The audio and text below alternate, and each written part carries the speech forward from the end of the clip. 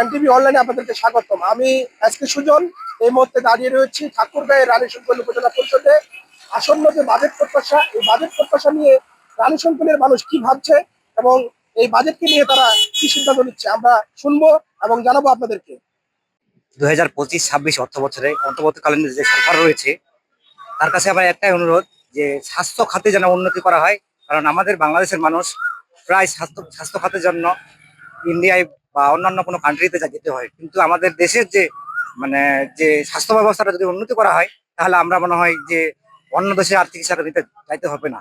Budget যেটাই হোক না কেন আমরা মোটামুটি ভাবে বাজার নিয়ন্ত্রণের মধ্যে রেখে চাল ডাল তরকারি থেকে শুরু করে নিম্নবিত্ত এবং মধ্যবিত্তরা যেন সামঞ্জস্যপূর্ণ বাজার নিয়ন্ত্রণে রেখে কেনাকাটা করতে পারে। এই জায়গা থেকে কৃষি পণ্যের ন্যায্য মূল্য যেন কৃষকরা পায়, এই জায়গায় সবাইকে আমি মনে করি এদিকে দৃষ্টি আকর্ষণ করছি, যেন সবাই যদি খেয়াল রাখে। সাধারণ খেটে খাওয়া মানুষ যে পরিমাণে দুর্ভোগ পোহাচ্ছেন সেটা হচ্ছে চাউলের দাম অত্যাধিক বেশি। যে মোটা চালটাই 60 টাকা 70 টাকা করে খাচ্ছে।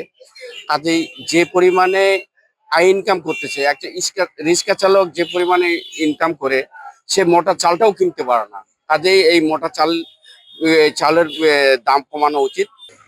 যে হারে ভোজ্য তেলের দাম ঊর্ধ্বগতিতে উঠছে, এতে করে সহনীয় পর্যায়ে খেটে খাওয়া মানুষের জন্য এটি একটি দুর্ভোগ। এক শ্রেণী ব্যবসায়ী অতিরিক্ত মজুতদার করে বাজারকে সিন্ডিকেট করার চেষ্টা করছে। তাই এই বাজার মনিটরের জন্য প্রশাসনের দৃষ্টি রাখা দরকার। আজকে কৃষি উৎপাদন 2-4 কোটি আমাদের জায়গা জমি আছে। আমরা উৎপাদন খরচ এবং কৃষি কাজ যখন কর্তন করি, ধান চাউল পাট গম ইত্যাদি, তখন আমরা উচিত মূল্যটা পাই না কর্তনের পর, কিন্তু এগুলো চলে যায় ফরিয়াদের বড় বড় ব্যবসায়ীদের হাতে।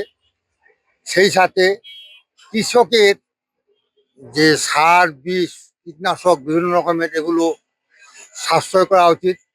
এগুলোর দাম অনুপাতে এবং শ্রমিকের বেতন অনুযায়ী আমাদের কৃষকের 1 মণ ধান উৎপাদন করতে যা খরচ হয় সেটা আমাদের খরচ উঠে আসে না, এবং কৃষক থেকেই আজকে কৃষকের ছেলেপেলে সেভাবে উচ্চ শিক্ষায় শিক্ষিত হতে পারতেছে না। কারণ একটাই, যে কৃষকের ন্যায্য মূল্য তার উৎপাদন খরচ উঠে আসতেছে না।